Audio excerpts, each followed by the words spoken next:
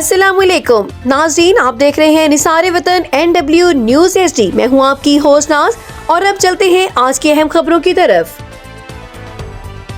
خبر شامل کرتے ہیں رحیم یار خان نمائندہ خصوصی احمد ارشد عظیمی کی رپورٹ کے مطابق چک نمبر 86 پی رحیم یار خان میں معروف کاشتکار چودھری محمد اسلم اللہ کا بندہ کے ڈیرے پر گندم کے فارمر ٹریننگ پروگرام کا انعقاد کیا گیا۔ پروگرام کی صدارت محمد اصغر شہباز، اسسٹنٹ ڈائریکٹر زراعت توسیع رحیم یار خان نے کی۔ اس موقع پر محمد مظہر سلیم، ڈپٹی ڈائریکٹر پلانٹ پروٹیکشن رحیم یار خان، عبدالوحید زراعت آفیسر سرکلر گلمرگ، محکمہ زراعت توسیع کا فیلڈ سٹاف اور گردنواں کے چکوک سے تعلق رکھنے والے ترقی پسند کاشتکاروں کی بڑی تعداد نے شرکت کی۔